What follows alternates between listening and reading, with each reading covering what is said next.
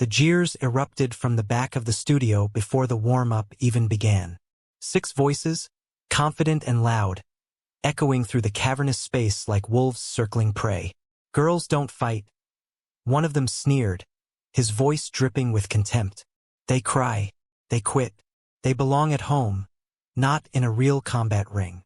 His friends erupted in laughter, the kind of laughter that comes from certainty, from a lifetime of being told they were superior simply by accident of birth.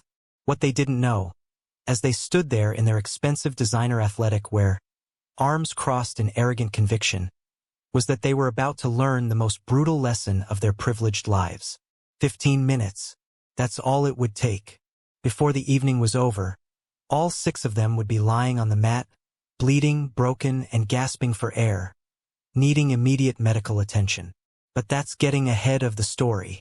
Before we jump back in, tell us where you're tuning in from, and if this story touches you, make sure you're subscribed, because tomorrow, I've saved something extra special for you. The Forge Combat Academy occupied a converted warehouse in the industrial district of Millbrook, a city that had seen better days. The neighborhood had once thrived during the manufacturing boom, but decades of economic decline had transformed it into forgotten concrete and rusted iron, much like the dreams of many who lived there. Yet within the walls of the forge, something extraordinary was happening. It wasn't the kind of place you'd find in glossy magazines or featured on social media. There were no Instagram-worthy murals, no perfectly lit training spaces designed for influencers. Instead, there were worn mats, heavy bags suspended from steel cables, speed bags mounted on walls that had witnessed thousands of hours of determination and sweat. The forge was a sanctuary for people who had nowhere else to go, for the underestimated, for those society had written off, for women who refused to accept the limitations placed on them. Running this establishment was a woman named Catherine Reeves. At 42 years old, Catherine moved through the academy with the quiet efficiency of someone who had learned long ago that presence didn't require volume. Her salt and pepper hair was always pulled back in a neat braid, and her uniform, simple black training clothes never flashy, hung on a frame that was lean, muscular, and deceptively powerful. The most striking feature about Catherine was her hands. They were callous beyond measure, bearing the marks of decades of training and something else. Something deeper that most people couldn't quite identify. Scarring. Thick, rope-like scars that crisscrossed her knuckles and the backs of her hands told a story that few asked about and fewer still wanted to hear. On this particular Tuesday evening, Catherine stood at the edge of the main training floor, watching her regular students, mostly young women from the neighborhood, work through their drills. There were no men here regularly. The forge had an unspoken policy. This was a space for women first. Not because men weren't welcome, but because this was one of the few places where women didn't have to prove their worth or justify their presence. Then the door burst open. 6 men in their early 20s stormed in, led by a tall guy with bleached blonde hair and an expression of contempt already etched into his face. His name was Derek Ashford, and he came from money, the kind of money that insulated you from consequences and made you believe that privilege was the same as capability. Behind him came his usual entourage. Brett, a college football player with shoulders that could barely fit through doorways. Marcus, no, wait, we're calling him Adrian, a business student who thought fighting was just another status symbol to collect. Garrett, who wore his designer watch like armor, and 2 others whose names barely mattered because they were interchangeable with 1,000 other men who'd walked through that door with the same certainty that they couldn't possibly lose. "We heard this is some kind of women's gym," Derek announced loudly, his voice carrying the tone of someone used to being listened to simply because he spoke. "We thought we'd come check it out. See what the ladies are up to." The way he said ladies made the word sound like an insult. Catherine looked up from where she'd been adjusting one of her students' stances. Her eyes, gray, steady, showing absolutely nothing, met Derek's for just a fraction of a second before she returned her attention to her student. It was a gesture of such complete dismissal that it seemed to physically wound his ego. One of the other men laughed nervously. "Come on, man. Let's go." "This isn't." "Isn't what?" Derek cut him off, his voice sharp. "A real gym? You see any barbells? You see any serious equipment?" He gestured dismissively at the worn space around him. This is cute. This is like a daycare for women who think they're fighters. He turned to Catherine directly now, addressing her as if she were the owner of a daycare and he the concerned parent. Ma'am, I have to ask, do you have proper safety protocols here? Because having untrained women swinging at each other seems irresponsible. The studio had gone quiet. Catherine's students had stopped their training. They knew what was coming. They'd heard the stories. They'd seen the news articles that never made it to the mainstream media. They knew who Catherine Reeves really was. But these 6 men didn't know anything. Catherine set down the water bottle she'd been holding and turned to face them fully. When she moved, there was no wasted motion, just pure economical efficiency. She was wearing a faded t-shirt with the words, "The Forge," printed across the front in white letters that had been washed so many times they were barely visible. Her hands hung at her sides, relaxed and open. But even in that relaxed state, they told a story. You want to train? Catherine's voice was calm, almost gentle. It was the kind of voice that made people lean in to hear better. Fine. But first, you need to understand the rules of this space. She paused, her gray eyes moving from face to face. There are no shortcuts here. No privilege that protects you. No money that makes you better. Just effort, intention, and the willingness to learn. Derek smirked. From women? I don't think so. Catherine's expression didn't change. She simply nodded slowly, as if confirming something she'd already suspected. Then she did something that seemed almost casual. She gestured to her advanced students. Show them. What happened next would define the next chapter of all their lives. 3 weeks before Derek Ashford and his crew walked through the doors of the Forge, something unusual happened in Catherine Reeves' life. She received a phone call. Catherine didn't receive many phone calls. Most people who knew her communicated through action, through presence, through the unspoken language of combat sports where words were often unnecessary. But this call came from someone she hadn't heard from in nearly 15 years. Someone from a chapter of her life she'd carefully sealed away. Catherine. The voice on the other end was male, older, with the distinctive accent of someone who'd spent decades in the American South before relocating north. It's Detective Frank Morrison. I don't know if you remember me. Of course she remembered him. Frank Morrison had been the detective who'd pulled her out of the worst night of her life. He'd been there at the hospital. He'd been there during the trial. He'd been there when the verdict came down, and he'd been there in the years after, occasionally checking in, making sure she was okay, making sure she was healing. But she hadn't heard from him in years. Neither of them had reached out. It was an unspoken agreement. Some chapters are meant to be left closed. I remember, Catherine said simply, not bothering with unnecessary pleasantries. What's wrong? Frank took a breath on the other end. I'm calling because someone came to my office 3 days ago. A young woman. Her name is Yuki Tanaka. She asked me about you. Catherine's entire body went still. Yuki Tanaka was the name of the girl whose case had brought Frank Morrison and Catherine Reeves together all those years ago. But Yuki had been 12 years old then.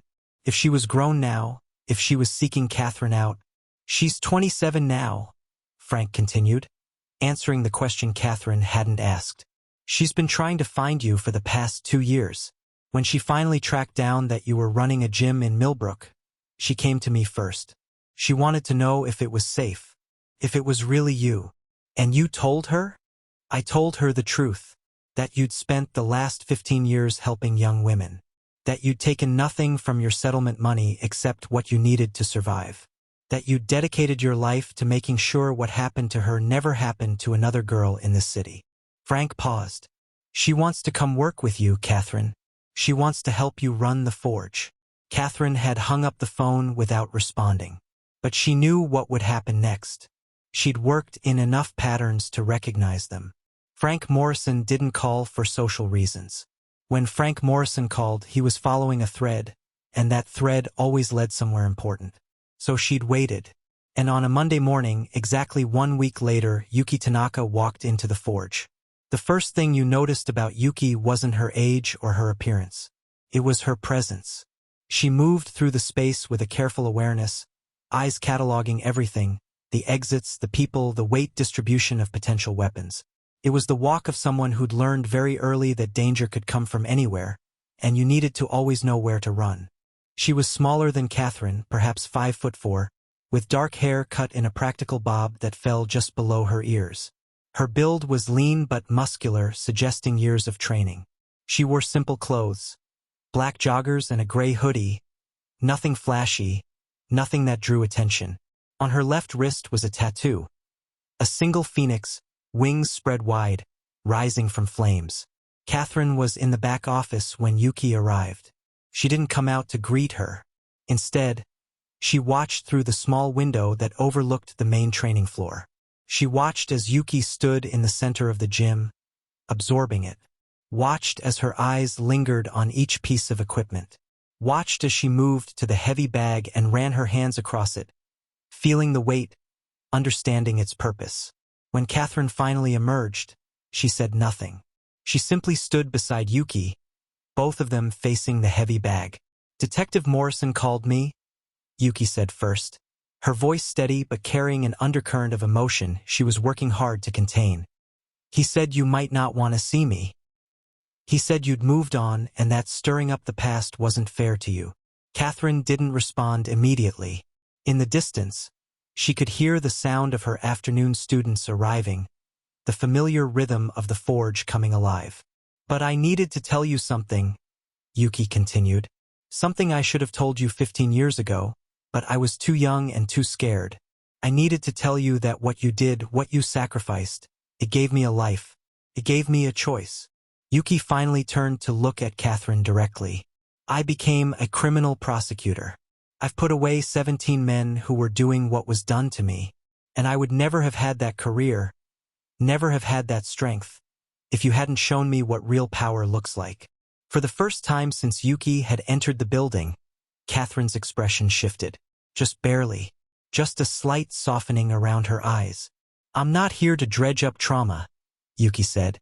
"I'm here because the forge needs what I can bring to it, and because I think I can help you finish what you started."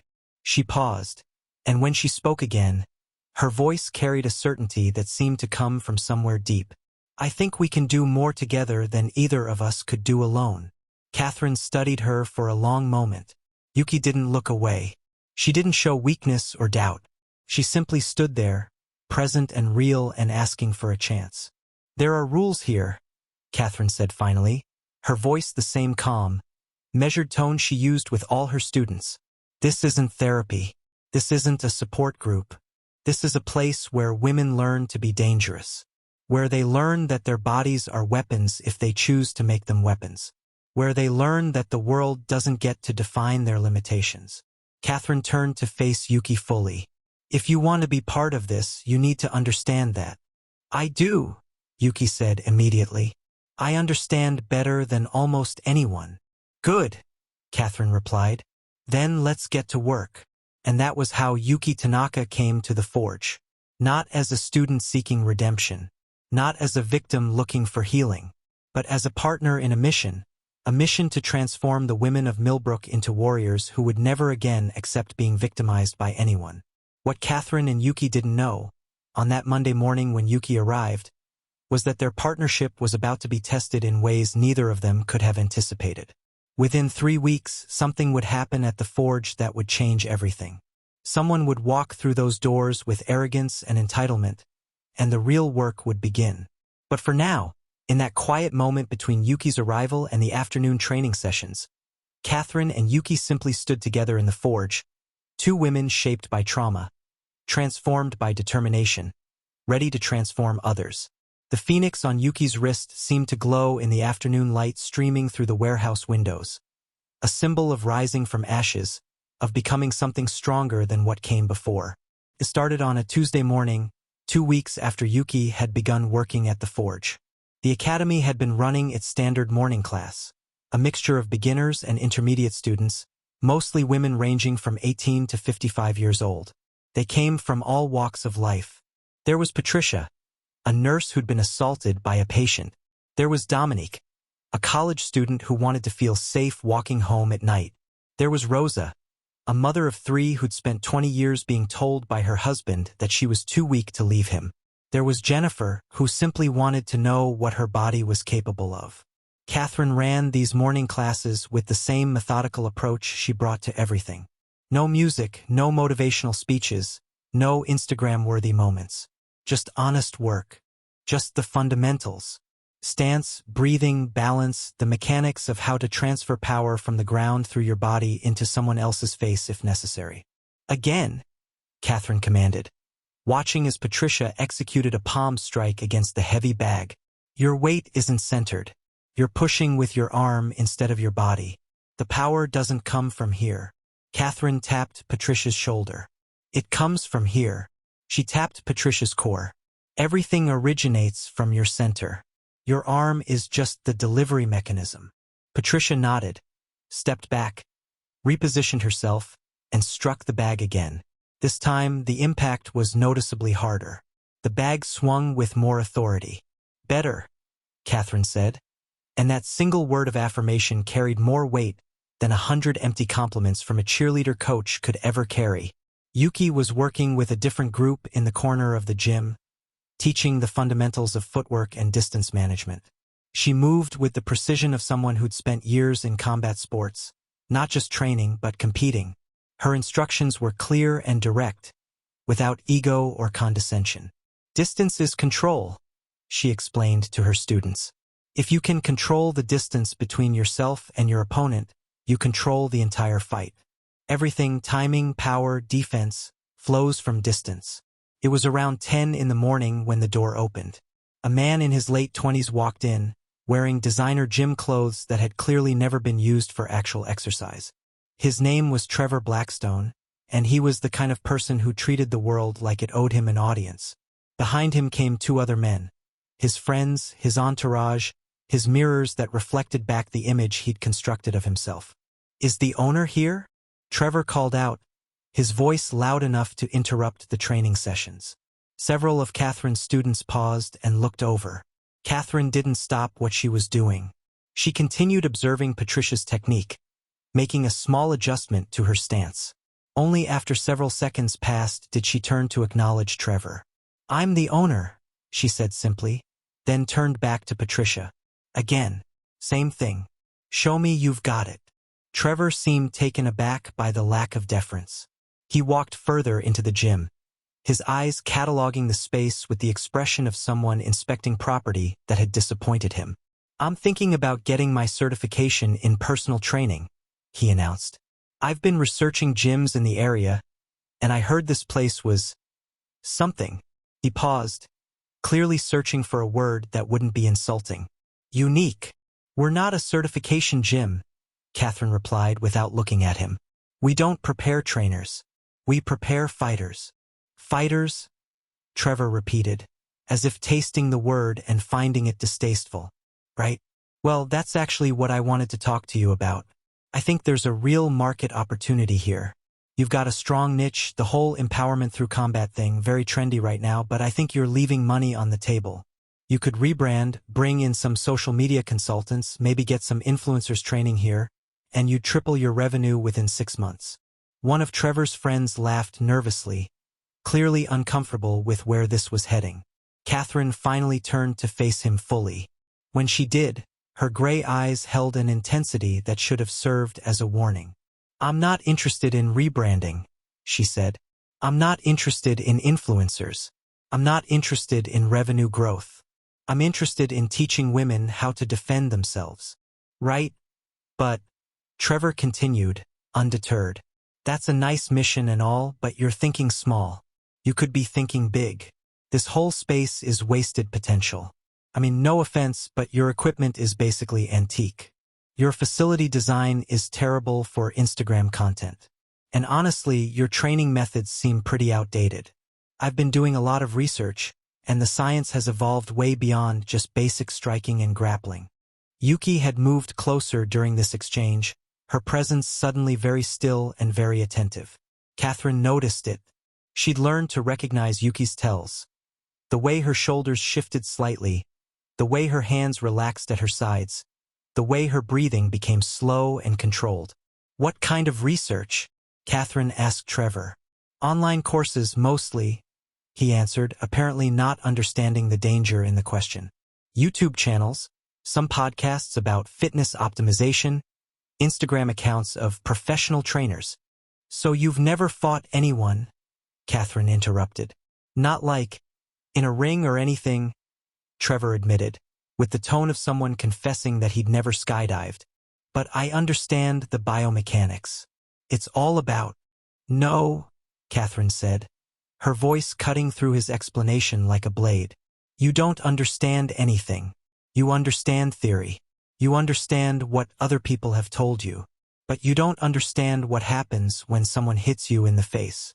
You don't understand what panic feels like. You don't understand what it takes to keep fighting when your body is screaming at you to quit.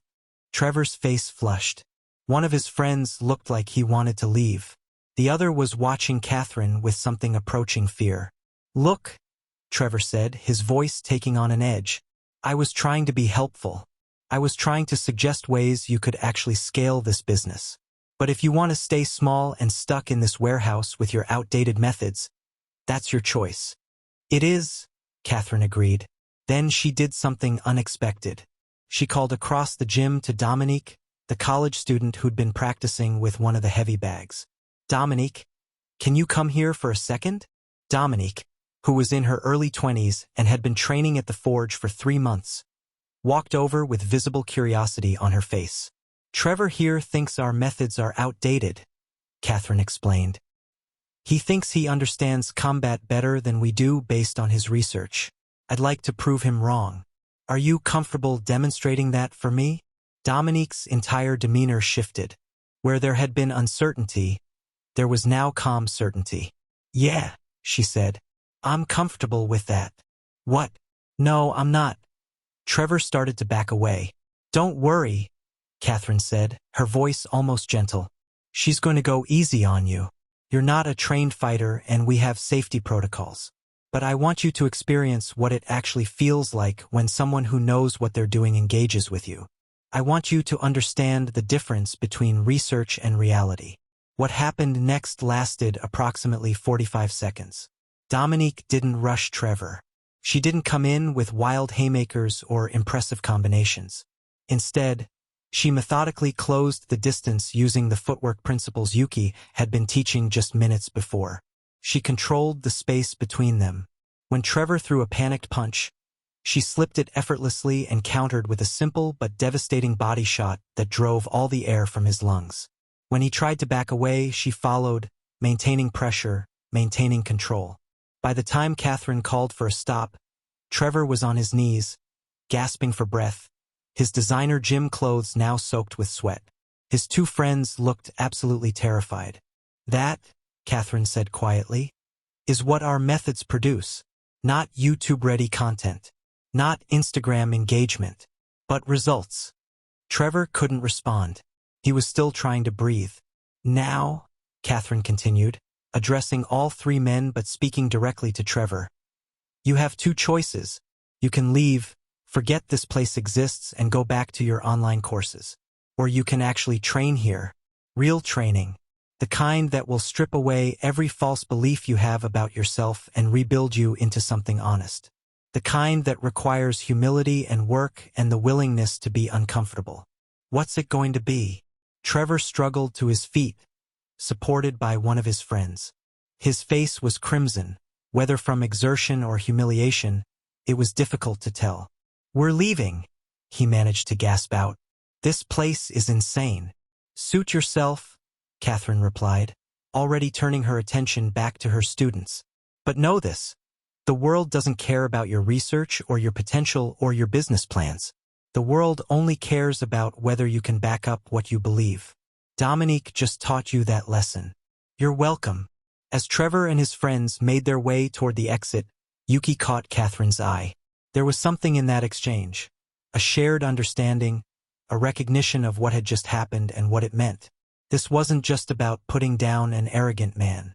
It was about establishing a standard, drawing a line, making it clear that the forge operated on a different set of rules than the rest of the world. After they left, Catherine called the entire class together. What you just saw, she said, addressing everyone, is a lesson. In 3 months, Dominique has learned that her body is capable of things she never imagined.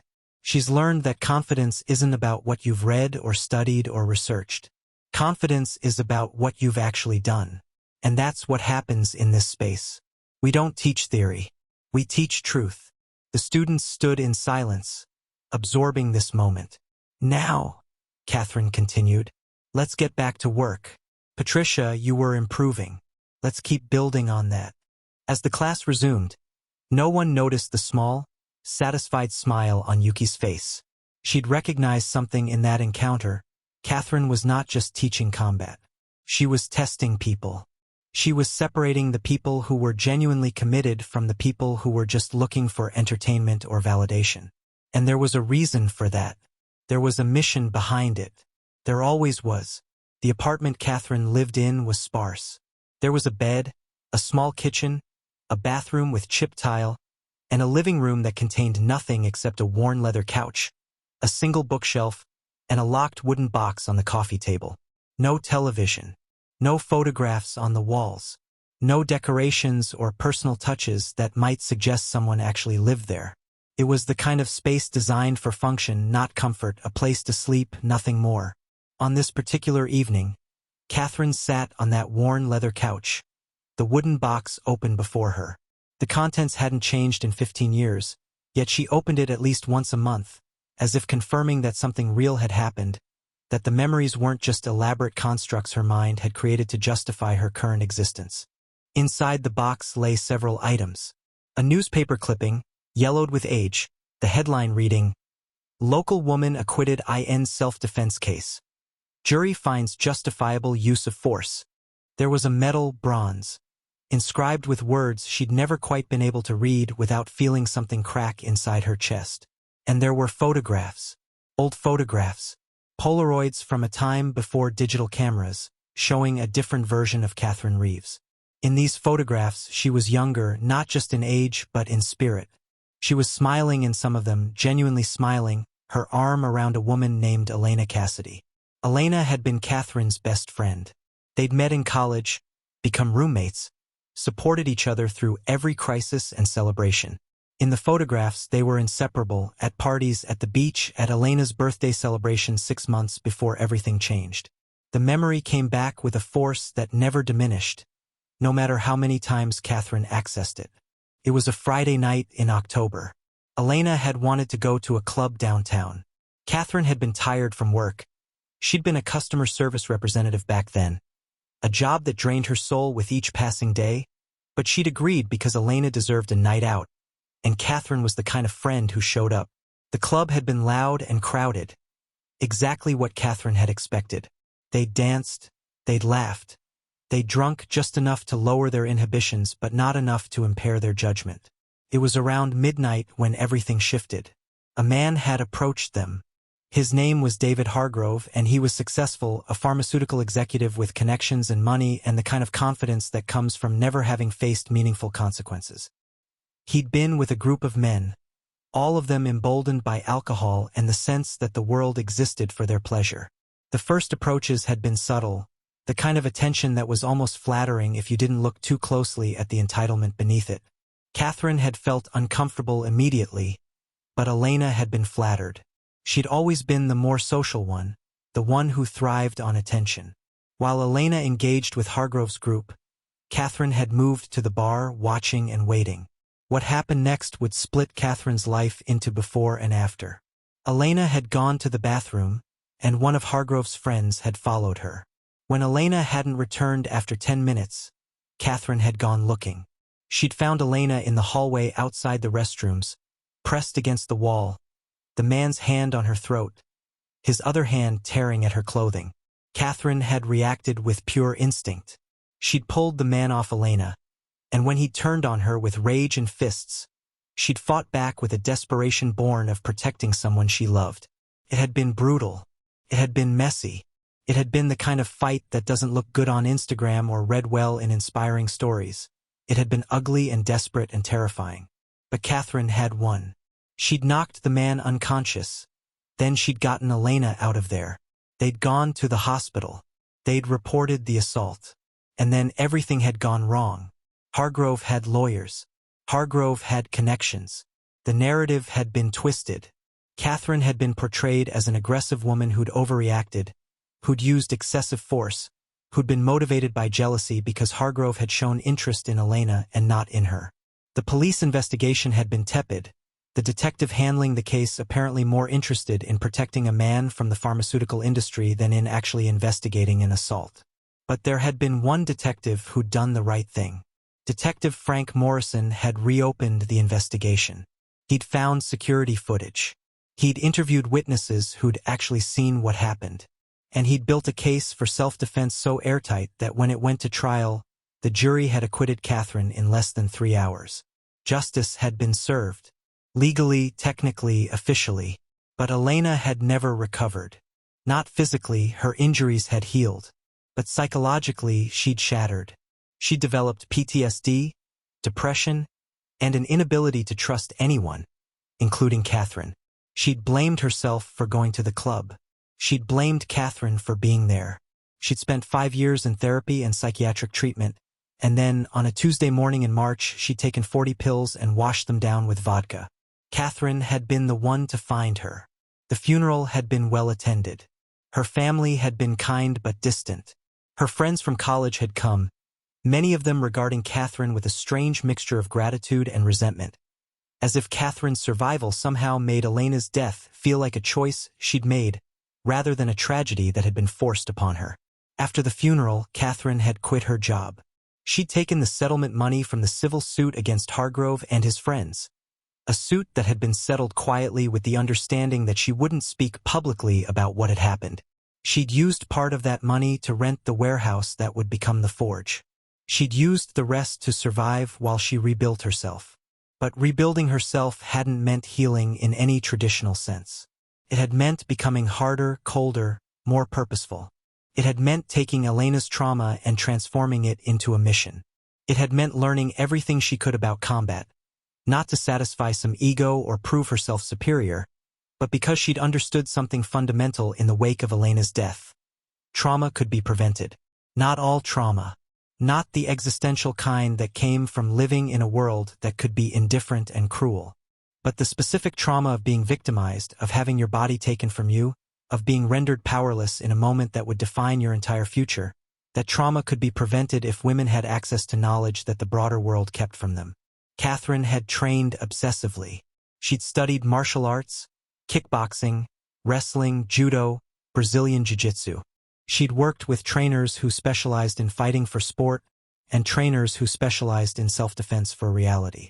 She'd absorbed everything, integrated everything, created something new from it all. She'd transformed her body into a weapon, not out of vanity or ego, but out of a sacred commitment to Elena's memory. And then she'd opened the forge. On her couch in her sparse apartment, Catherine picked up the photograph of her and Elena. She traced Elena's smiling face with her finger, something she hadn't done in months. "I'm keeping the promise," she whispered to the photograph. "I'm teaching them what they need to know. I'm making sure no one else becomes you." The photograph didn't respond. Elena never did. She existed only in Catherine's memory and in the mission that had consumed Catherine's life. But that mission was about to be tested in ways Catherine couldn't anticipate. Within days, 6 men would walk through the doors of the forge with arrogance and entitlement written across their faces. And Catherine would have to decide whether her mission extended to teaching them what real consequences looked like, or whether some lessons were best learned through experience rather than instruction. The box remained open on the coffee table as Catherine stood and walked to the window, looking out at the city below. The streetlights cast shadows across the industrial district, and somewhere in those shadows, in those spaces between buildings, women were afraid. Women were learning that their bodies didn't belong entirely to themselves. Women were discovering the specific terror of powerlessness. Catherine couldn't save all of them. She couldn't prevent all the traumas that came from living in a world designed by and for men's desires. But she could give women tools. She could give them knowledge. She could teach them that their bodies were capable of fighting back, of saying no with enough force that it would be heard. That was what the forge was. That was Catherine's answer to Elena's silence. That was how she kept her promise to her best friend every single day. And when Derek Ashford and his crew showed up in 3 weeks, thinking women were weak and subordinate, Catherine would have the opportunity to teach them a lesson they would never forget.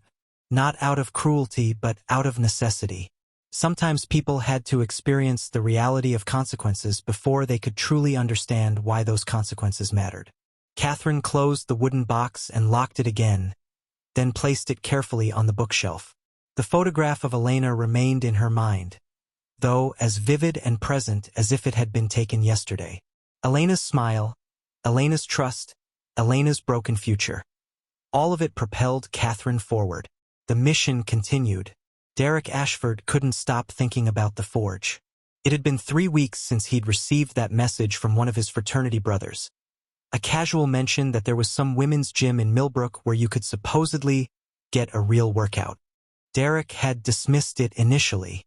He went to the University Athletic Center where there were proper trainers, proper equipment, and proper respect for his status as a Division I athlete. But somewhere in the back of his mind, the idea had lodged itself like a splinter. What was it about a place like that? What was it about women training to fight that bothered him so much? Derek had never really questioned his assumptions about the world. He came from money, from a family that had never wanted for anything. His father was a corporate attorney with connections to everyone who mattered. His mother had never worked a day in her life and seemed entirely content being decorative. Derek had grown up believing that the natural order of things was as immutable as gravity. Men led, women followed. Men were strong, women were delicate. Men were meant to compete, women were meant to support the competition. The existence of a place like the Forge violated something fundamental in his worldview, and that violation had become an obsession. So he'd decided to return. And he'd brought reinforcements this time. It was a Thursday evening when Derek walked through the doors of the Forge again, this time with 5 of his closest friends. There was Brett, the college football player whose size was exceeded only by his stupidity. There was Adrian, who thought business school made him superior to everyone else. There was Garrett, whose primary personality trait was the designer watch he never stopped checking. There was Connor, who mostly followed wherever the other men led. And there was Tyler, who had the kind of soft features that made him look younger than his 23 years, though his capacity for cruelty was mature enough. This time, they didn't approach Catherine immediately. Instead, they positioned themselves along the perimeter of the gym, watching, observing, assessing. The evening session was in full swing. Yuki was leading an advanced combat class with about 12 women, most of them looking significantly more experienced than the morning group. These were fighters who'd been training for at least a year. Some of them competed in local tournaments. All of them had moved beyond the basic self-defense fundamentals into actual combat sport. Yuki was putting them through a circuit: 30 seconds of intensive striking on the heavy bags, 30 seconds of rest, then moving to the next station.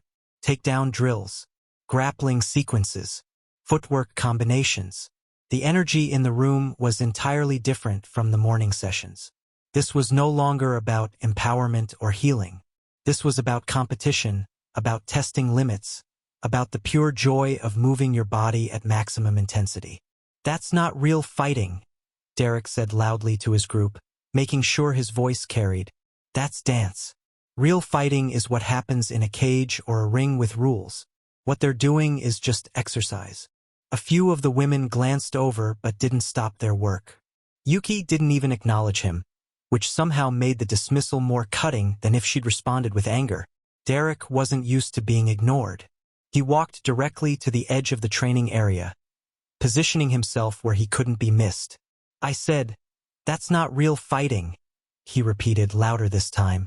Yuki finished calling out a combination to her students, then turned to face Derek. Her expression was remarkably calm, given that she'd just been interrupted mid-instruction. "Can I help you?" she asked, her tone neutral and professional.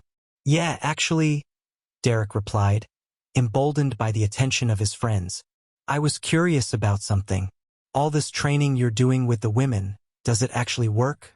Because from what I've observed, in any real confrontation, a man would absolutely dominate. Biologically, it's just not a fair match." Yuki set down the clipboard she'd been holding and walked over to Derek. Up close, the difference in their physical size was immediately apparent. Yuki was 5'4" and probably weighed 130. Derek was 6'1" and 220. By conventional measures, there was no contest. "You're right," Yuki said calmly. "Biologically, if we were to have a confrontation right now, you'd have advantages. Reach, weight, likely greater upper body strength." All true. Derek smirked at his friends, clearly feeling validated. However, Yuki continued, "You've never trained a day in your life. You don't know how to generate power from your core. You don't understand distance management or timing. You've never been hit in the face with serious intent. You have no idea what your actual pain tolerance is or how your body responds under genuine stress. So while biology might favor you in some abstract scenario, reality would probably surprise you." "That's a nice theory," Derek said, his voice dripping with condescension. "But theories are what you teach when you don't have actual results. And I haven't seen any results here. Just a lot of women playing at being tough." Catherine appeared suddenly, as if she'd been waiting for this exact moment. She'd been in her office, reviewing intake forms for new students, but she'd been monitoring the gym through the security camera feed. She knew Derek had returned. She'd been expecting it. "You have a question about our training methods?" Catherine asked, her voice the same calm, measured tone that carried absolute authority. "Not really a question," Derek replied, turning to face her with the confidence of someone who'd never been truly challenged. "More of an observation. Your students seem to be working hard, but I don't think they understand what they're actually up against. The average man is simply superior in a physical confrontation. That's just science." "Is it?" Catherine's gray eyes held his for a moment. "Tell me, what's your background? What fighting experience do you have?" "I don't need fighting experience," Derek said. "I played football in high school. I work out regularly. I understand how bodies work." "So, no fighting experience," Catherine confirmed. "And yet you feel confident making assessments about what women can and cannot do in a combat situation. That's interesting." "Look," Derek said, his patience visibly wearing thin, "I'm not trying to be disrespectful. I'm just saying that feminism doesn't change biology. You can train these women all you want, but at the end of the day, they're still weaker than men. It's just the way things are." Yuki had remained silent during this exchange, but Catherine caught the subtle shift in her posture. Yuki was moving from instructor mode into something else. Catherine held up a hand slightly, a gesture that told Yuki to stand down. This was Catherine's moment. "You want to know what I think?" Catherine said. "I think you're afraid." Derek laughed, but there was an edge to it. "Afraid? Of what?" "Women who play with boxing gloves. Afraid that women might not be what you've always assumed they were," Catherine replied. "Afraid that your entire worldview might be based on false premises. And that's a reasonable fear. It's uncomfortable to discover that the foundations you've built your identity on are actually sand." "That's ridiculous," Derek said. "I'm not afraid of anything." "Then prove it," Catherine said simply. "Your friends are watching. You've made your position clear. You've stated that women are weaker, that our training is just theater, that the average man is biologically superior. You've made a lot of claims. I'm offering you the opportunity to test those claims." "Test them how?" Derek asked, though something in his expression suggested he already knew where this was going. "Simple," Catherine said. "Pick one of my advanced fighters. Anyone you want. We do a controlled sparring session, light contact, proper safety equipment. If you win, or if you can demonstrate dominance, I'll agree that you were right. Biology is destiny. Women are inherently weaker. You can go back to your friends and tell them that you proved it. If you don't win, if you discover that training, technique, and experience actually matter more than raw size, then you shut up and never disrespect this space or my students again." Derek's friends shifted uncomfortably behind him. This had escalated beyond the casual mockery they'd apparently been planning. "That's not a fair fight," Derek protested. "She'd have training and I wouldn't." "Exactly," Catherine said. "Which means you'd be going in with an honest disadvantage. Which means if you still believed what you said about biology being destiny, you wouldn't hesitate to accept." The entire gym had gone silent. Even the women who'd been training had stopped, sensing that something significant was happening. Derek's jaw clenched. He could feel the weight of expectation from his friends behind him. He could feel the challenge hanging in the air between himself and Catherine, undeniable and public. "Fine," he said, the word dropping like a stone. "I'll do your little demonstration, but I want one of the smaller women. Someone more my speed." Yuki stepped forward. "I'll do it," she said. "No," Catherine said. "I want someone else. Yuki would destroy you too quickly and too completely. I want you to have a fair chance to experience what you're about to experience." Catherine scanned the advanced class, then nodded to a woman named Simone. Simone was muscular and athletic, probably 5'7" and 170, with deep brown skin and the bearing of someone who'd trained in multiple combat sports. She was, by any conventional measure, more physically similar to Derek than Yuki was. "Simone," Catherine called, "you want to give our guest here a learning experience?" Simone smiled, not unkindly, but with the confidence of someone who understood exactly what was about to happen. "Absolutely," she said. The sparring area of the forge was a 20 by 20-foot mat, marked off with white tape on the concrete floor. It wasn't a professional boxing ring with padded corners and ropes. It was simply designated space, intimate and immediate. On one side stood Simone, already in the protective gear, headgear, hand wraps, mouthguard. She moved with the ease of someone who'd spent hundreds of hours in spaces like this. On the other side, Derek was being fitted with similar equipment by Yuki, who maintained a professional distance even as she secured the headgear around his skull. Catherine stood at the edge of the mat, her hands folded in front of her. The rest of the forge's evening class had gathered to watch, arranged in a silent semicircle around the sparring area. There were no cheers, no encouragement, no noise at all. Just observation.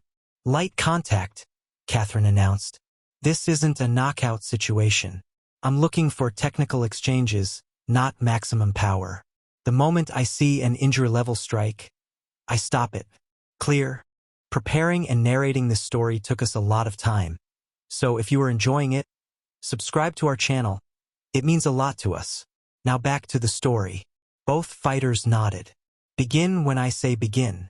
3 3-minute rounds with 1 minute rest between rounds. Go." What followed didn't look like much to Derek's friends, who were watching from the periphery with expressions ranging from uncertainty to dread. Simone didn't rush Derek. She didn't come in aggressively or try to intimidate him. She simply moved forward with measured steps, establishing her range, assessing how Derek responded to her presence.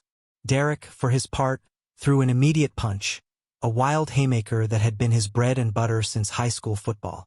It was the kind of punch that worked fine against untrained opponents or other inexperienced people. It was a punch with no technique, no setup, just raw intention. Simone slipped it effortlessly. Her head moved with minimal movement, letting Derek's fist pass through empty air where her face had been a fraction of a second before. Then, without hesitation, she countered with a controlled body shot that landed against Derek's ribs with enough force to make him grunt. "Distance," Simone said, her voice calm and instructional. "You have to understand distance. Right now, you're too close and you're off balance." Derek stepped back, angered by both the strike and the commentary. He tried again, this time with a more measured approach, but he was still thinking like a brawler, throwing power without precision, relying on instinct rather than training. Simone continued to slip his strikes, continued to counter with light but technically perfect shots. A jab to his stomach, a counter hook to his jaw, each one placed with the precision of someone who understood the geometry of combat.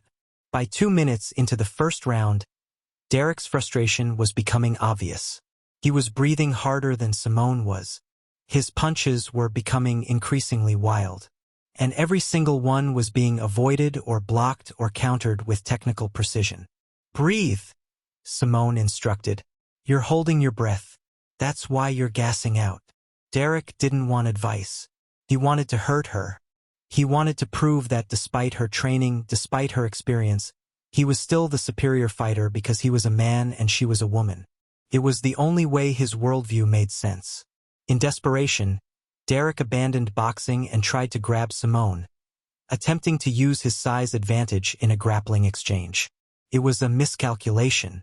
Simone sidestepped his attempted clinch and used his own momentum against him, executing a perfectly timed hip throw that took Derek completely off his feet. He crashed onto his back on the mat with a force that knocked the wind out of him. The impact wasn't brutal. Simone had pulled back significantly to avoid serious injury, but it was thorough and undeniable. "Grappling, you've got even less experience," Simone said, offering him a hand up. Derek slapped her hand away and stood up on his own, his face flushed with embarrassment and rage. The first round still had over a minute remaining. "Come on," Simone said, her posture relaxed, inviting him back. "You can do better than that." But Derek couldn't. He could feel the eyes of his friends on him, could imagine the conversations that would happen later, the way his status among them had just shifted in a way that couldn't be recovered. His pride was burning, his ego was shattered, and worst of all, everything he'd believed about himself and about women was proving to be wrong. With 30 seconds left in the first round, Derek made a choice that would change everything. Instead of continuing to spar with the controlled intensity that Catherine had established, he unleashed everything. He threw a wild combination, 3 punches in rapid succession, each one with maximum power, no regard for technique or control. The first 2 Simone easily avoided. The third one she didn't. His fist connected with her headgear, a glancing blow but solid enough that it shifted her head back.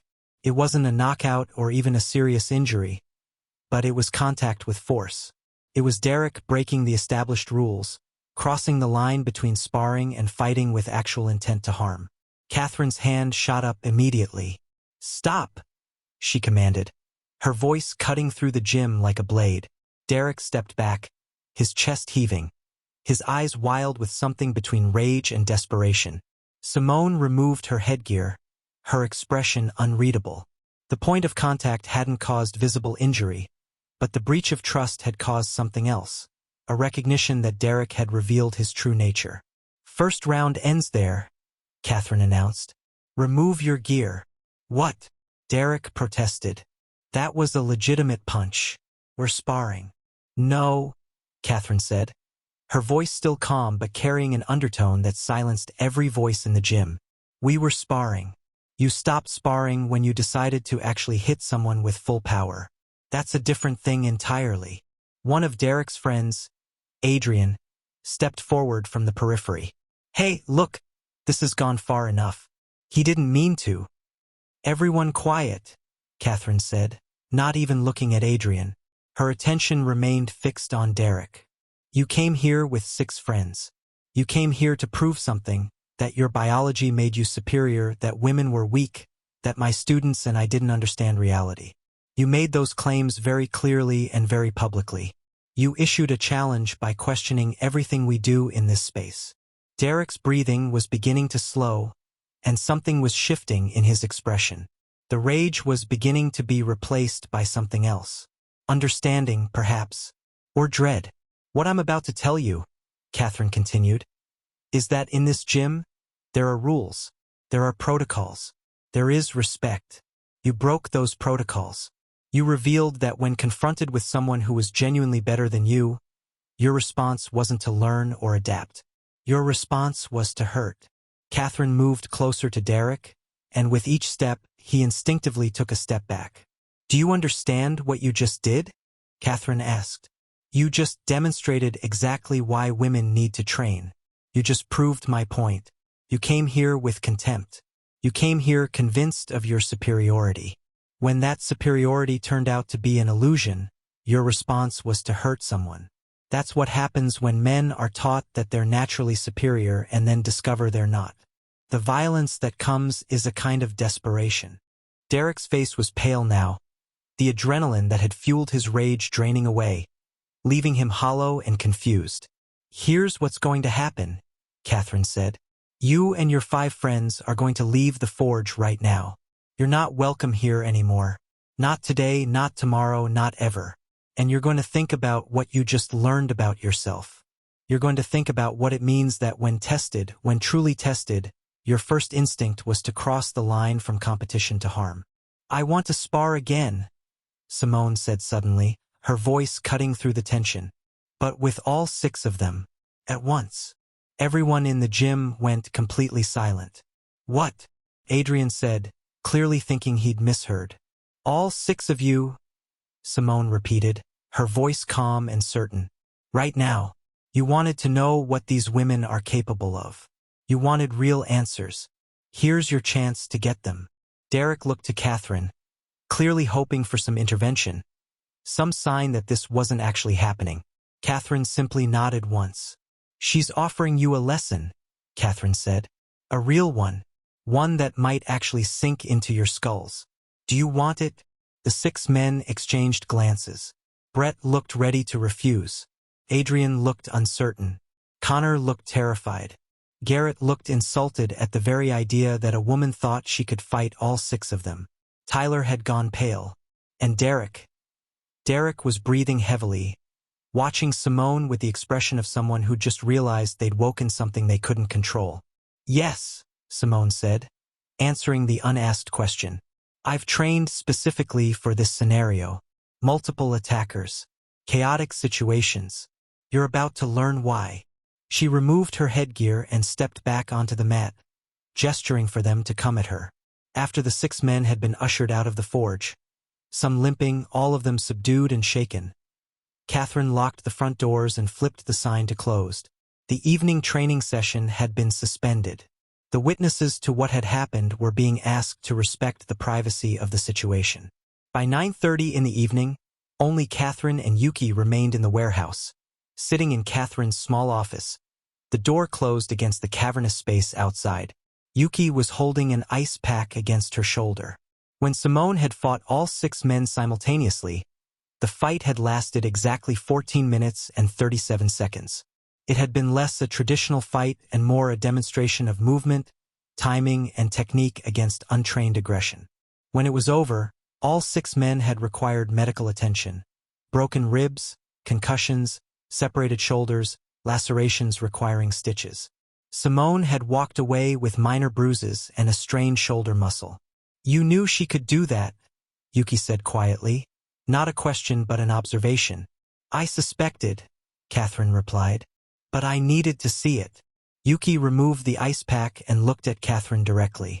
That wasn't self-defense training, Catherine. That was combat sport. That was something else entirely. I know, Catherine said. And now the police are going to get involved. Yuki continued. Those men are going to press charges. They're going to claim they were assaulted, and they're going to have hospital records to back it up. Yes, Catherine acknowledged. They will. So what was the point? Yuki's voice carried frustration now, not anger but a kind of concerned exasperation. We've built this place to help women, to teach them self-defense, to give them tools and knowledge and power. And now we've potentially destroyed everything by allowing Simone to essentially assault 6 men in front of witnesses. Catherine was quiet for a long moment. She turned her office chair to face the wall where a single framed photograph hung. A picture of the forge's interior taken on the day it had opened 15 years ago. The equipment had been different then, newer and less worn. The walls had been freshly painted. But the essential nature of the space had been the same. A sanctuary for people others had written off. When I was 23 years old, Catherine said slowly, I had a friend named Elena. Best friend I'd ever had. We did everything together. We supported each other through everything. Catherine paused, her eyes not leaving the photograph. One night we went to a club, and a man with money and connections decided that Elena's body was something he had the right to take. Yuki had heard parts of this story before, but Catherine rarely elaborated. She usually kept it locked away, a private wound that she only acknowledged when necessary. I fought him, Catherine continued. I stopped him. I saved Elena from that moment of violation. And the legal system validated me for doing it. A jury agreed that I was justified. I was acquitted. Justice was served, at least in the technical sense. Catherine turned back to face Yuki. But Elena, Catherine said. Elena never recovered. The trauma of that night, the trauma of having her body touched without consent, the trauma of discovering that the world wouldn't protect her. It consumed her. 5 years later, she killed herself. And I realized something that the legal system had never taught me. Justice and healing are not the same thing. Vindication and prevention are not the same thing. Yuki watched Catherine with an expression of deep understanding. She'd lived her own version of this story. She knew intimately the difference between justice and healing. So I opened the forge, Catherine said. Not because I thought I could heal anyone. I'd learned that healing was their own work. But because I believed I could prevent what happened to Elena from happening to other women. I could teach them that their bodies belonged to them. I could teach them that they had the right to defend themselves. I could teach them that power was real and attainable and not something that men got to monopolize. And that's good work, Yuki said. It's important work. But what happened tonight with Simone and those 6 men, that's crossing a line. Is it? Catherine asked. Those 6 men came here specifically to mock women. They came here to reinforce a worldview that women are weaker, subordinate, less capable. They came here and they harassed my students. They made claims about the supposed inferiority of women based on nothing but prejudice. And when confronted with the reality that their beliefs were wrong, their response was to attempt to hurt someone. Catherine stood and walked to the window that overlooked the training floor. The heavy bags hung in the darkness, suspended like sleeping beasts. The legal system will probably come down on me for allowing that fight, Catherine said. The police will probably investigate. Those men will probably sue, and their lawyers will paint this as assault. And they might win. They have resources. They have lawyers. They have families with connections. So why allow it? Yuki pressed. Why risk everything we've built? Catherine turned back to face her. Because sometimes people need to experience consequences, she said. Not punishment. I'm not interested in punishment, but consequence. Real, undeniable consequence for their actions and their beliefs. Those 6 men came here believing that women were inferior. They left knowing with absolute certainty that their belief was wrong. They left with the physical evidence of that wrongness written across their bodies.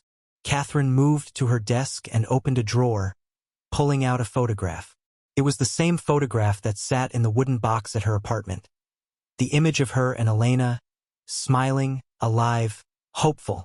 Elena believed what those 6 men believe, Catherine said. She believed that the world was predictable, that bad things happened to bad people, that if you were good and careful, you'd be safe. That belief destroyed her when it turned out to be false. Catherine looked at the photograph. I don't want any more women to discover the hard way that the world is more dangerous than they thought. I want them to know it, to understand it, to prepare themselves for it while they still have the choice. And the 6 men? Yuki asked. The 6 men, Catherine said, will now carry with them a different kind of knowledge. They came here believing they were superior. They left knowing they're not. They came here thinking women were weak. They left understanding that weakness isn't about gender. It's about training, preparation, and willingness to do the work. Maybe that knowledge will change them. Maybe it won't. But either way, they'll never again assume they can hurt a woman without consequence. Yuki was quiet for a long time. Outside, the city sounds of Millbrook drifted through the warehouse. Sirens, distant traffic, the ambient noise of an industrial neighborhood at night. You knew Detective Morrison would be called, Yuki said finally. It wasn't a question. Yes, Catherine confirmed. And you knew he'd come defend us. Yes, because he's been involved in your story since the beginning, Yuki said. Since Elena, since the trial. Frank Morrison is one of the few people in positions of authority who actually understands what I'm trying to do here, Catherine said. He spent decades trying to operate within a system that doesn't protect women effectively. He knows that sometimes justice requires stepping outside the system. Catherine set Elena's photograph down on her desk carefully, as if it were made of glass and might shatter. Here's what I need you to understand, Yuki, Catherine said. This place, the Forge, it's not just a gym. It's not just about teaching combat skills. It's about creating a sanctuary where women learn that their bodies belong to them, that they have the right to defend themselves, that they don't have to accept the limitations society tries to place on them. She looked directly at Yuki. You know this because you've lived it. You were victimized and the system failed you. And then you took that experience and transformed it into purpose. That's what we do here. We transform trauma into power. We transform powerlessness into agency. So what happens now? Yuki asked. When the police come, when the lawsuits start. Now, Catherine said. We document everything. We show that those 6 men came here with hostile intent. We show that they violated our space, harassed our students, and attempted to hurt someone. We show that Simone's response was proportionate and controlled. And we accept that we might lose legally but will win morally. That's not a trade I want to make, Yuki said. Neither do I, Catherine agreed. But it might be the only trade available to us. Some things are worth the cost, Yuki. Some missions require sacrifice. Elena's death taught me that trying to prevent tragedy is worth paying a price for, even if the price is high. Yuki looked at the photograph of Elena on Catherine's desk. A young woman, smiling, unaware that her future had already been stolen from her. Okay, Yuki said finally. Then let's prepare for what comes next. Let's document everything. Let's make sure Simone knows what she might have to face. And let's start training harder because if this goes the way we think it will, we're going to need to be ready. Catherine nodded once, a gesture of acknowledgement and respect. Thank you, Catherine said. For what? Yuki asked. For understanding that this is about more than just us, Catherine replied. For understanding that sometimes you have to risk everything to protect the thing that matters most. Outside, in the darkness of the warehouse, the heavy bags hung in silence, waiting for the next day's training to begin. The forge had weathered the first storm, but more turbulent weather was coming, and everyone involved knew it. The police arrived at the forge 2 days after the incident with Derek and his friends. Detective Frank Morrison was not among them. Instead, there were 2 uniformed officers and a detective named Sarah Chun, who seemed genuinely interested in understanding what had happened, rather than immediately condemning it. She took statements from Catherine, Yuki, and Simone. She reviewed the security footage. She spoke with several of the women who'd been training that evening and could serve as witnesses. By the end of her investigation, Detective Chun had concluded that while the situation was legally murky, it didn't meet the threshold for pressing charges. The 6 men had come to the forge with hostile intent. They had harassed and mocked the students and staff. Derek had violated the agreed-upon rules of sparring by throwing with full force. And Simone had responded to 6 simultaneous attackers in a way that was proportionate, controlled, and ultimately defensive. However, she warned Catherine, the men's lawyers would likely argue differently. Civil suits were more likely than criminal charges, and the burden of proof was lower. Catherine accepted this with the calm of someone who'd already prepared herself for exactly this outcome. But that wasn't the most important consequence of the incident. The most important consequence was that Derek Ashford couldn't stop thinking about what had happened. He couldn't stop reliving those 14 minutes and 37 seconds when he and 5 of his friends had been thoroughly dismantled by a single woman. He'd broken 2 ribs and suffered a concussion. He'd needed 7 stitches on his lip. His shoulder had been wrenched badly enough that his doctor warned him against any strenuous activity for at least 3 weeks. But the physical injuries were nothing compared to the psychological ones.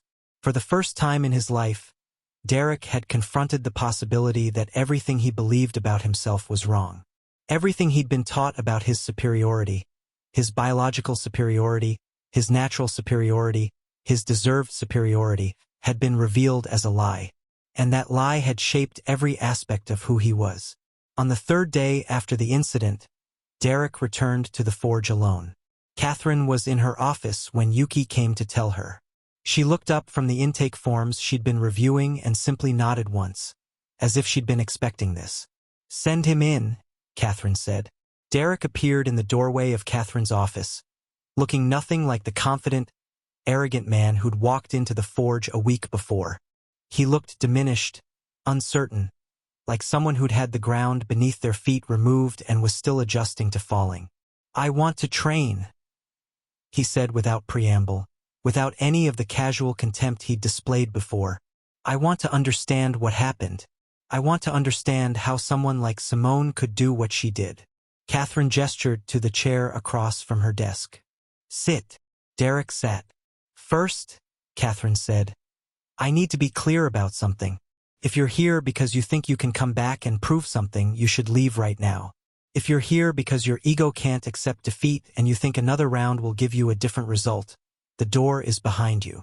Derek's expression suggested he was considering both options. But he didn't leave. I'm here because I need to understand, he said finally. I need to understand why I was so wrong. Catherine studied him for a long moment, trying to determine if his statement was genuine or simply a more sophisticated version of his earlier arrogance. Training here isn't punishment, Catherine said. It's also not a shortcut to becoming what Simone is. What Simone has taken years to develop. But if you're genuinely willing to put in that work, I can teach you things about yourself that you need to know. I'll do whatever it takes, Derek said. Then we start tomorrow.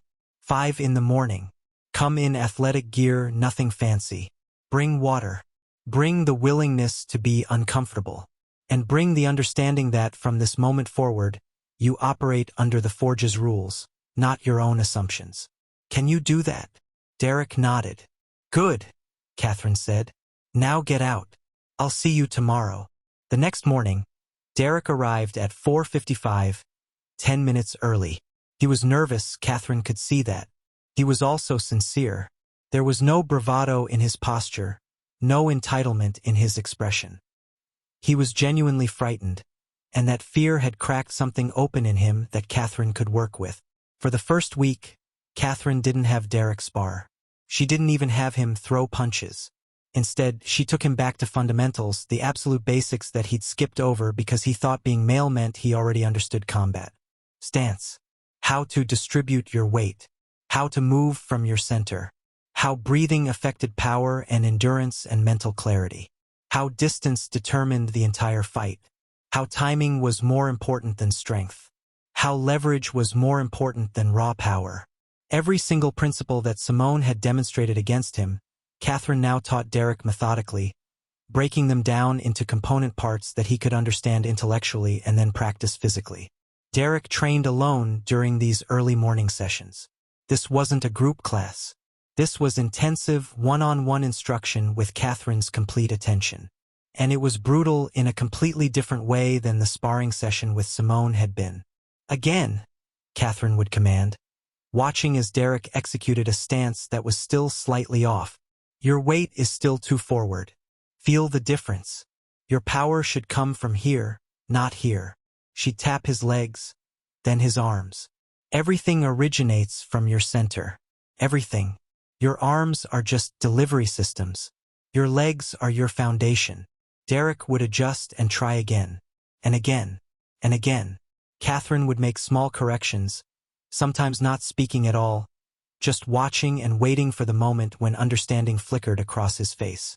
By the second week, they began working with heavy bags and mitts, but still no sparring. Derek would work the bags while Catherine provided feedback on his technique. She'd hold mitts while he practiced combinations, teaching him how to move efficiently, how to generate power from his whole body, how to breathe in rhythm with his strikes. You're still thinking like a brawler, Catherine said one morning as Derek worked the heavy bag. You're throwing power without purpose. Real fighting isn't about how hard you can hit. It's about hitting the right place at the right time with just enough force to accomplish the objective. What objective? Derek asked, stepping back from the bag. That depends on the situation, Catherine replied. Self-defense is about escape, creating enough space and disruption to get away. Sport fighting is about control and domination within agreed-upon rules. Combat is about victory at any cost. These are 3 completely different objectives, and they require 3 different approaches. Which one is Simone trained for? Derek asked. All 3, Catherine said. That's why she's dangerous. She can adapt her approach depending on what the situation demands. Derek went back to the bag, this time with new understanding. He began working on precision instead of power. Catherine watched, occasionally stopping him to make adjustments, but mostly letting him explore this new way of thinking about movement and force. By the third week, Derek began to change. Not just physically, though his conditioning had improved dramatically, his technique was becoming sharper, his understanding of distance and timing was becoming intuitive rather than intellectual. But mentally and emotionally, something fundamental was shifting. He stopped making excuses. He stopped comparing himself to where he'd been. He stopped looking for validation. Instead, he simply showed up, did the work, listened to the instruction, and kept improving. "You're starting to understand something important," Catherine said one morning as they took a water break. "Something that most men never learn." "What's that?" Derek asked.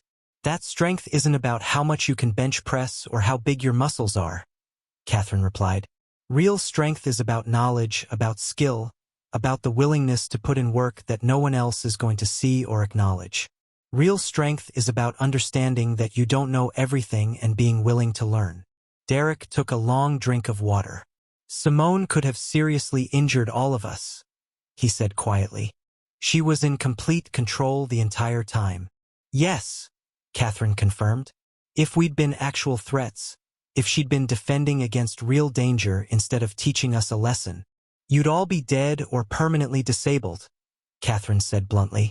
"That's what happens when someone with real training encounters 6 untrained people with aggressive intent. The outcome isn't a debate. It's a predetermined conclusion." The weight of that statement settled over Derek. He was beginning to understand, finally, why Catherine had allowed that demonstration. It wasn't about revenge or punishment. It was about showing him something he needed to know, that his assumptions about the world were dangerous, not just to women but potentially to himself as well. By the 4th week, Catherine allowed Derek to begin working with a partner again. But not sparring. Instead, she had him work with Yuki, who took him through scenarios, situations where someone was trying to hurt him, and he had to figure out how to defend himself using the principles Catherine had taught him. These weren't controlled exchanges. They were chaotic, unpredictable, designed to replicate the way real violence actually happened. Derek would get hit. He would get frustrated. He would make mistakes. And then he would have to keep going, keep trying, keep learning. "The worst part about being violated," Yuki said one morning as they worked, "is the loss of control. Someone else takes control of your body, and you have to figure out how to take it back. That's what these scenarios are teaching you. How to regain control when someone has tried to take it from you." Derek was breathing heavily, covered in sweat and the evidence of multiple mistakes. But he was beginning to understand that these mistakes were the entire point. The pain of making mistakes while training was infinitely preferable to the pain of making fatal mistakes in a real situation. By the 6th week, Catherine introduced Derek to Simone. "She's going to spar with you," Catherine said. "Light contact. Technical exchange, not maximum power. This isn't punishment. This is education." Derek and Simone stood on the mat. Simone looked exactly as she always did, calm, present, confident. Derek felt something he hadn't expected, gratitude. He was grateful to Simone for the lesson she taught him. He was grateful for the humbling. He was grateful for the moment that had shattered his illusions. "Ready?" Simone asked. Derek nodded. The sparring session lasted 12 minutes.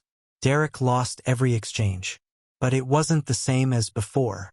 This time, he understood why he was losing. He could see the principles at work. He could recognize when he made mistakes. And with each mistake, he was learning. When Catherine called time, Derek stood on the mat, exhausted but not defeated. "You're beginning," Catherine said. "Actually beginning. The work ahead of you is longer than the work behind you.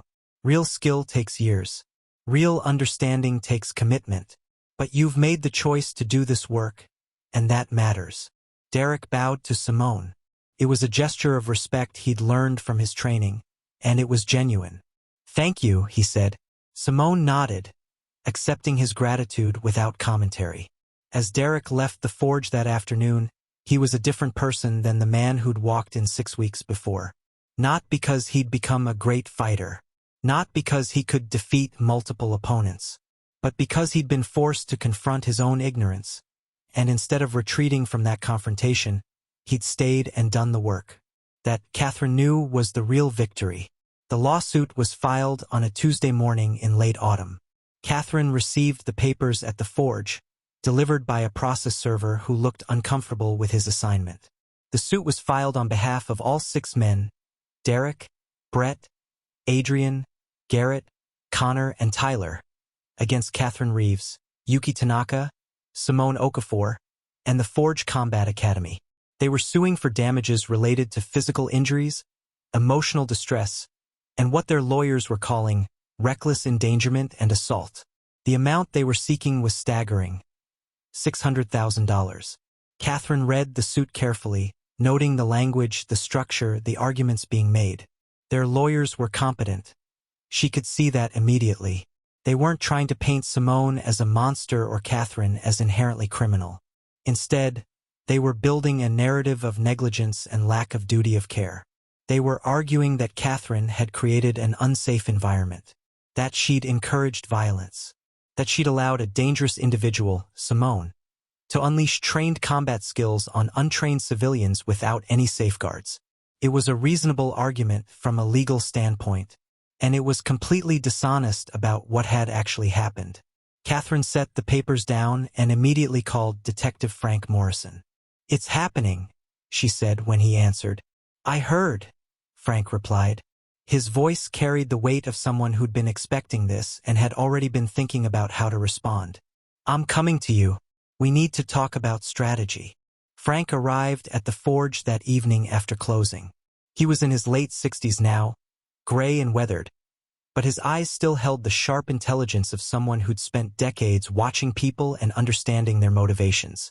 He and Catherine sat in her office, the lawsuit papers spread across her desk between them. "They're going to argue that you created a dangerous situation," Frank said, reviewing the legal language.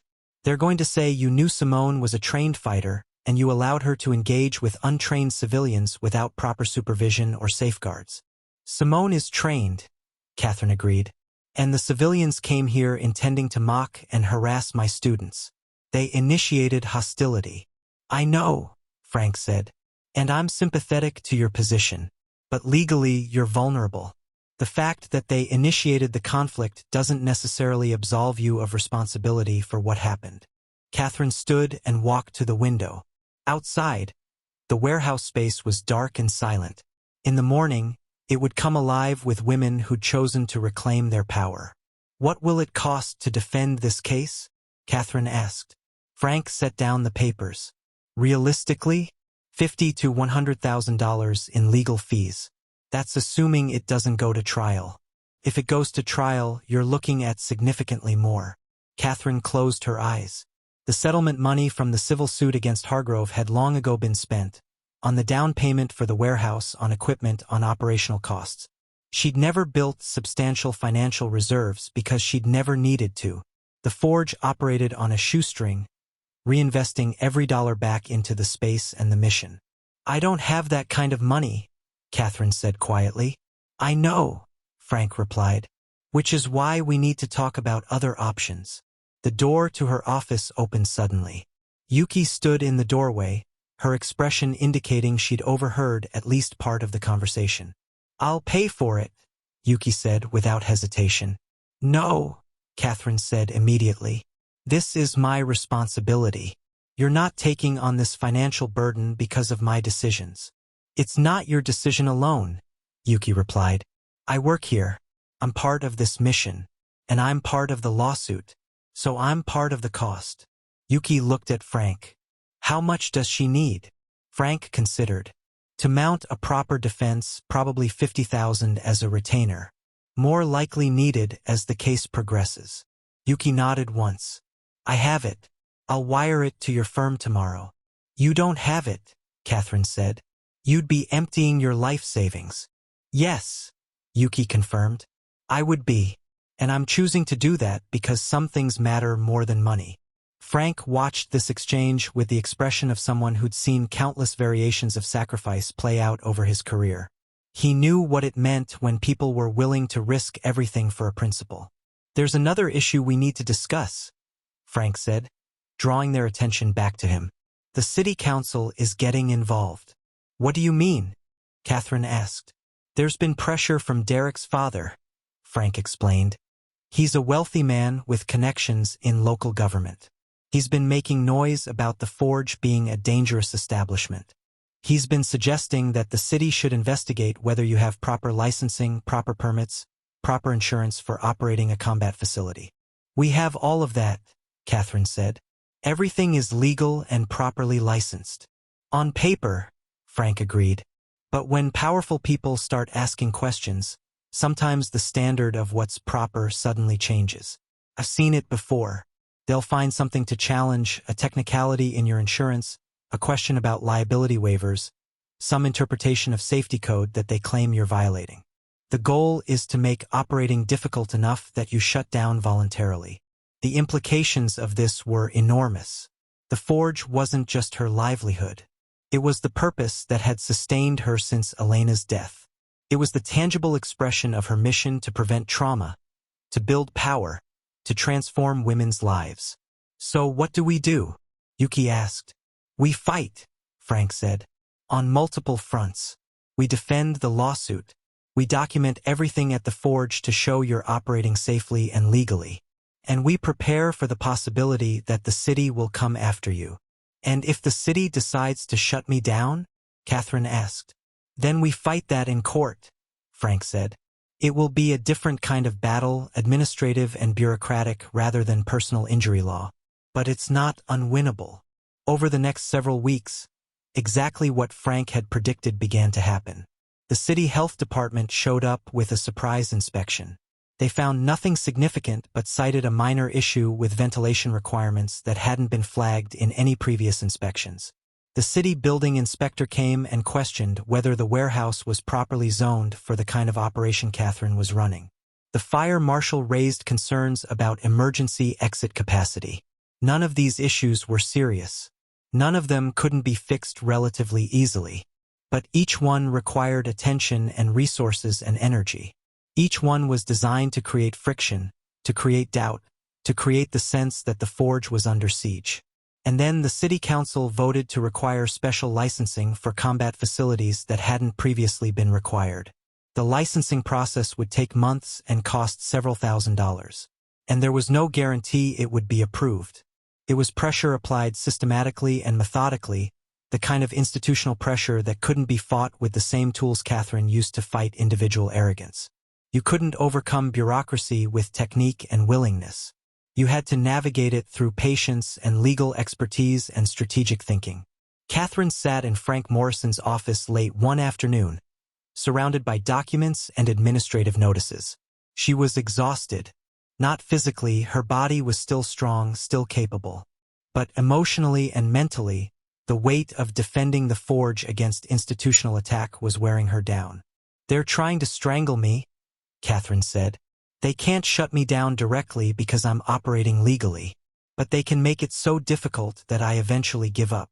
Probably, Frank agreed. That's what this kind of pressure is designed to do. Make legitimate operations so onerous that the operator decides it's not worth fighting anymore. So what's the answer? Catherine asked. How do I win?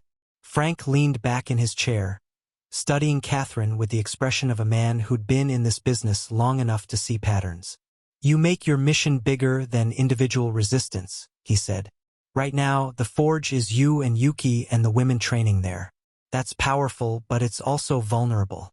One institution deciding to make your life difficult can threaten the whole operation.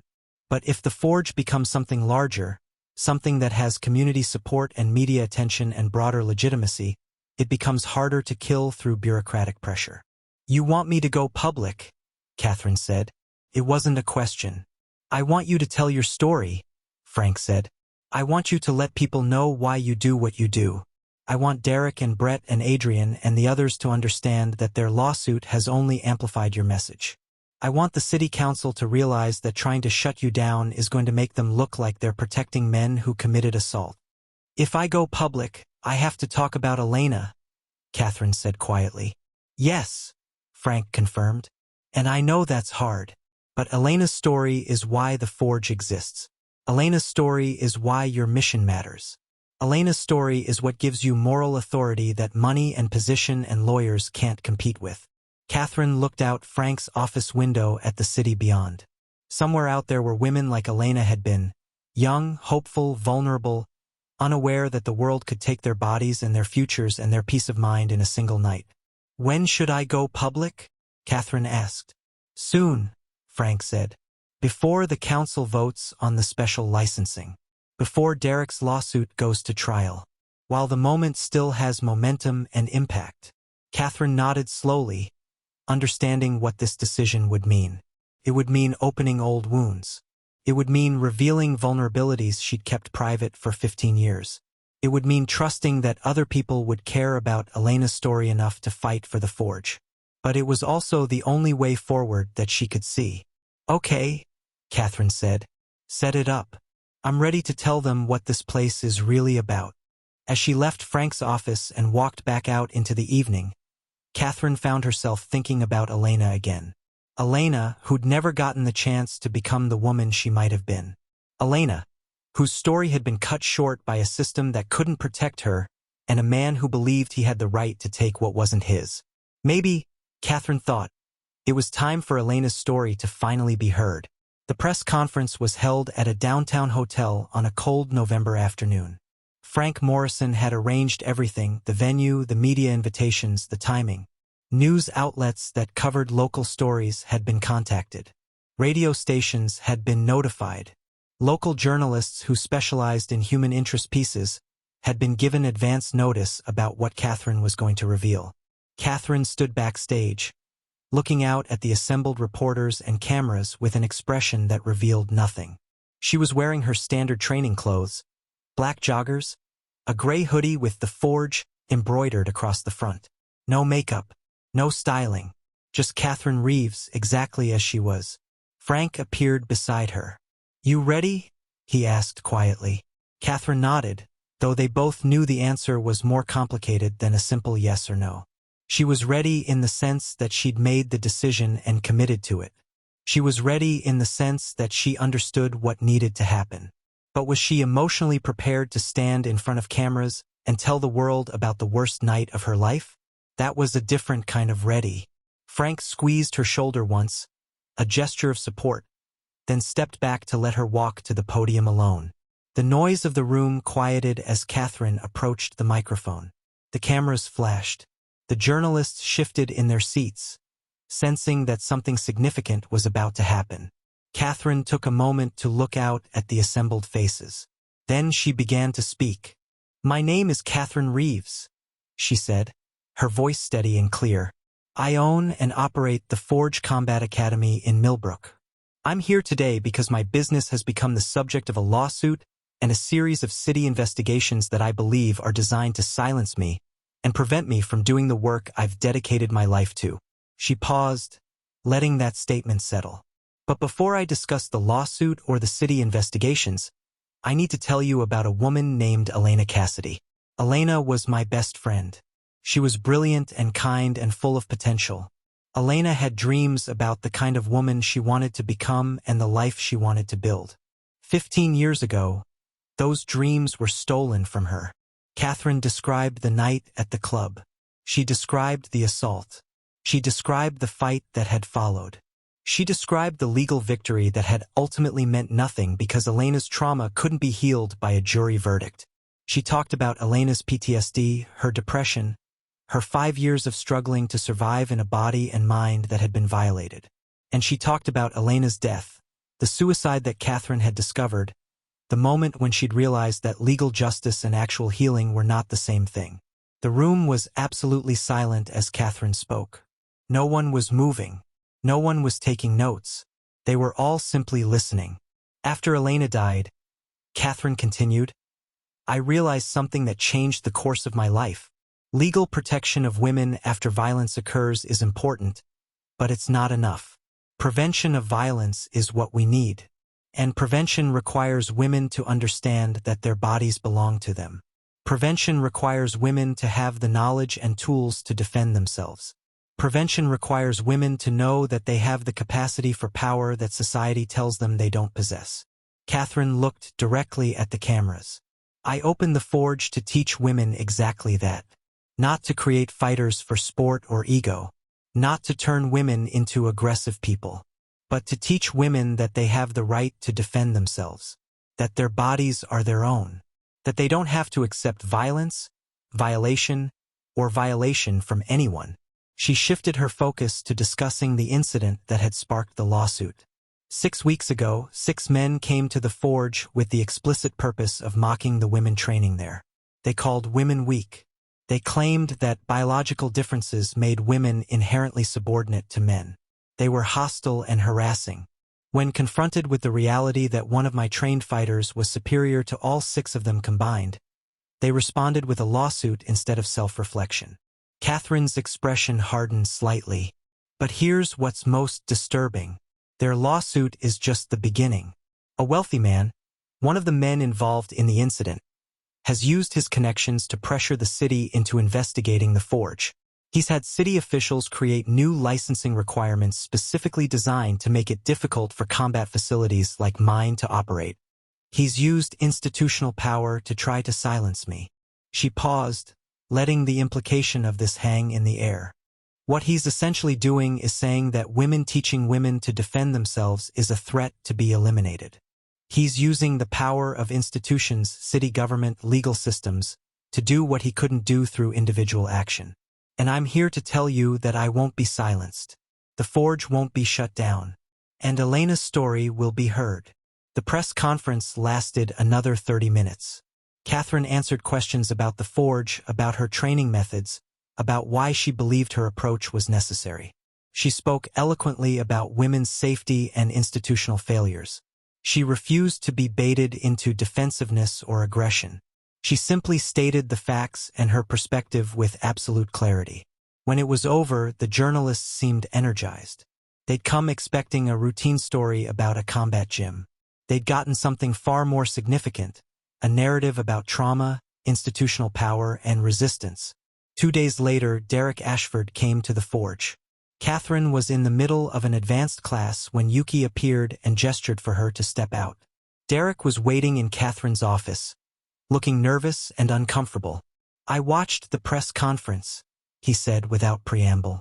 I watched it 3 times. Catherine said nothing, simply gestured for him to continue. I didn't know about Elena, Derek said. I didn't know what the real mission of this place was. I thought you were just, I don't know, taking advantage of the attention, trying to build some kind of cult, something selfish. And now? Catherine asked. Now I understand, Derek said. His voice was thick with emotion. Everything you did, everything you taught me, it was never about proving you were stronger than me. It was about showing me why women need to be strong. It was about showing me what happens when someone who can actually defend themselves encounters someone who thinks they have the right to violate them. Derek sat down heavily in the chair across from Catherine's desk. My father is dropping the lawsuit, he said. I told him that I would testify against him if he didn't. I told him that suing you was the same as protecting the system that killed your friend. And I told him I couldn't be part of that. Catherine watched him carefully, trying to determine if this was genuine or another form of the entitlement that had brought him here initially, just now dressed up in the language of enlightenment. Why are you telling me this? Catherine asked. Because I need you to know that your press conference worked, Derek said. Not just the public relations aspect, though that matters, but the personal aspect. You forced me to see myself clearly. You forced me to understand that my beliefs about women were based on ignorance and privilege, not reality. And you gave me the tools to become someone better. Derek stood and extended his hand. I want to keep training, he said. Not because I'm chasing some fantasy of becoming a great fighter, but because I want to keep learning from you. I want to understand more deeply why this work matters. I want to be part of protecting women the way you protect them. Catherine looked at his extended hand for a moment. Then she stood and shook it firmly. Okay, she said. You can keep training. But understand, training here now isn't about you. It's about becoming skilled enough that someday, you might be able to teach other men what you've learned. You might be able to break the cycle of entitlement and arrogance that leads men to believe they have the right to take what isn't theirs. I understand, Derek said. Do you? Catherine asked. Because that's a commitment that goes far beyond just showing up for PT sessions. That's a commitment to fundamentally changing how you understand yourself and your relationship to other people. I know, Derek said, and I'm ready for that. Over the following weeks, the effects of Catherine's press conference rippled outward in ways that surprised even Frank Morrison. Local news outlets that had covered the story began receiving emails from women who'd been assaulted, who'd trained at the Forge, who wanted to share their own stories. A documentary filmmaker reached out, interested in creating a short film about Catherine's mission. And most significantly, city council members who'd been pressuring the city inspector to target the Forge began receiving constituent feedback expressing support for Catherine and the Forge. The special licensing requirements were quietly withdrawn. The city inspector's investigations suddenly became less aggressive. And Derek's father, recognizing that doubling down on his lawsuit would make him look like he was protecting a system of abuse, quietly instructed his lawyers to begin settlement negotiations. But the most significant change happened within the Forge itself. The women training there understood, for the first time, the full scope of Catherine's mission.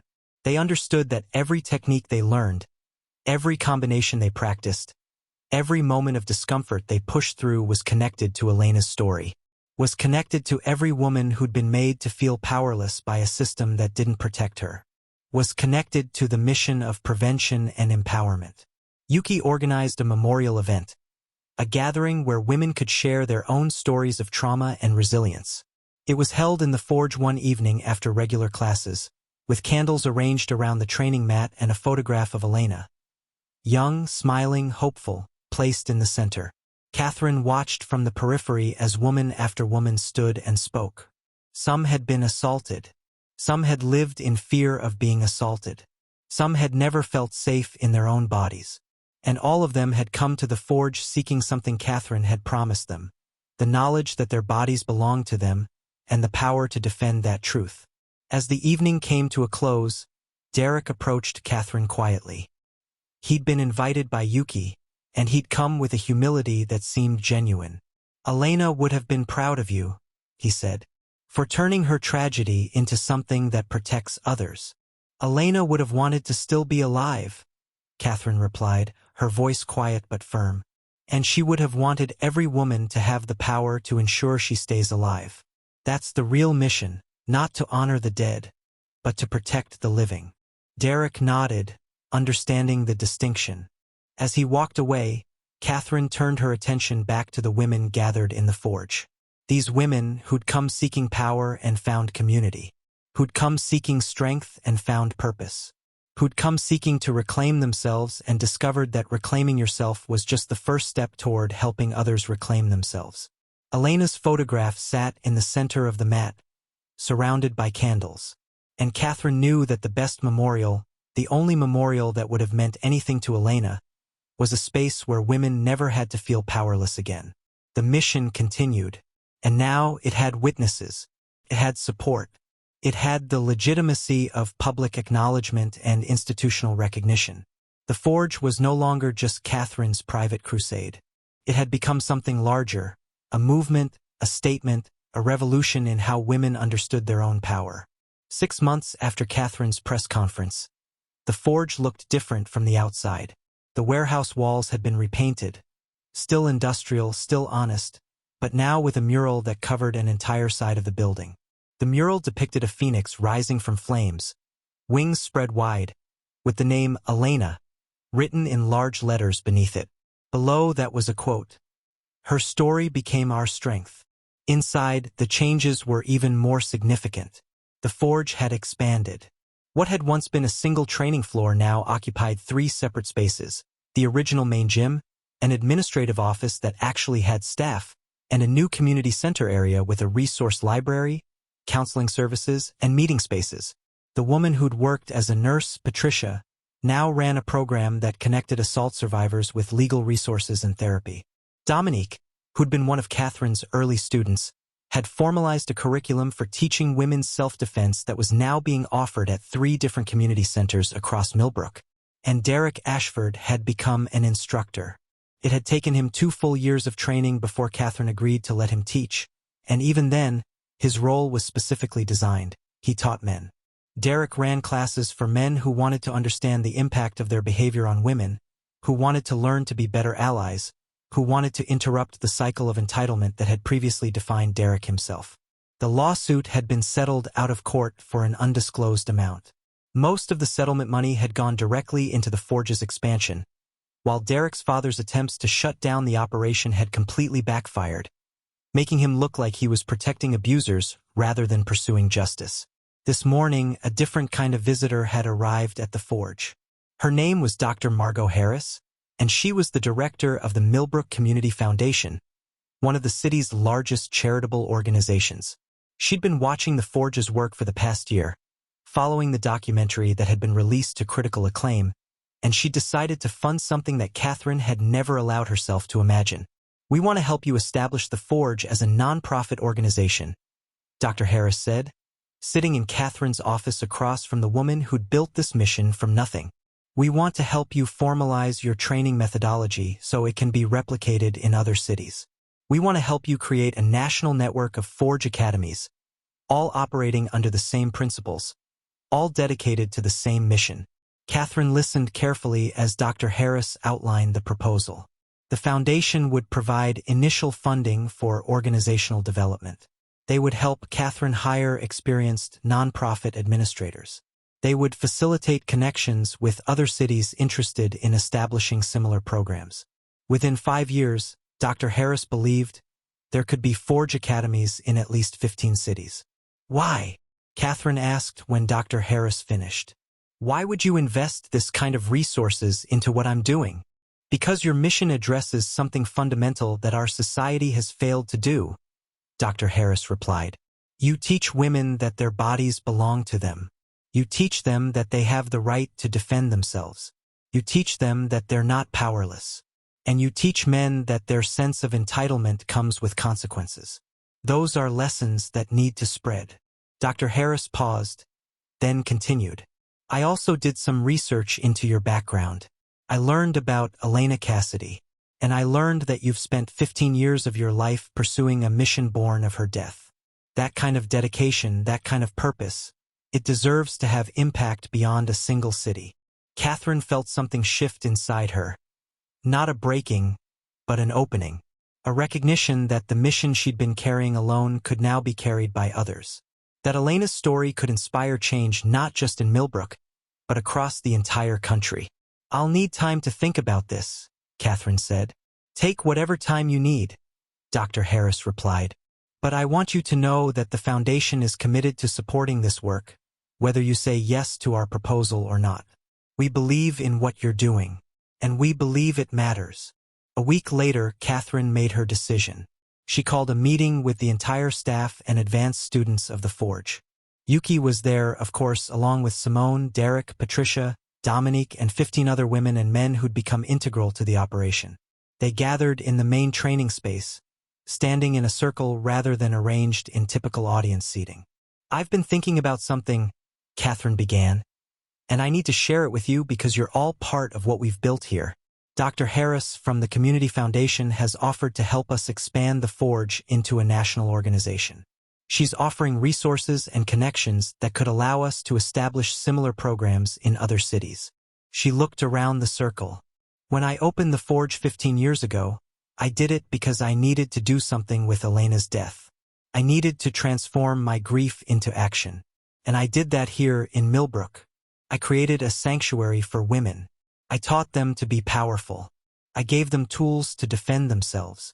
Catherine paused, gathering the words for what she was about to say.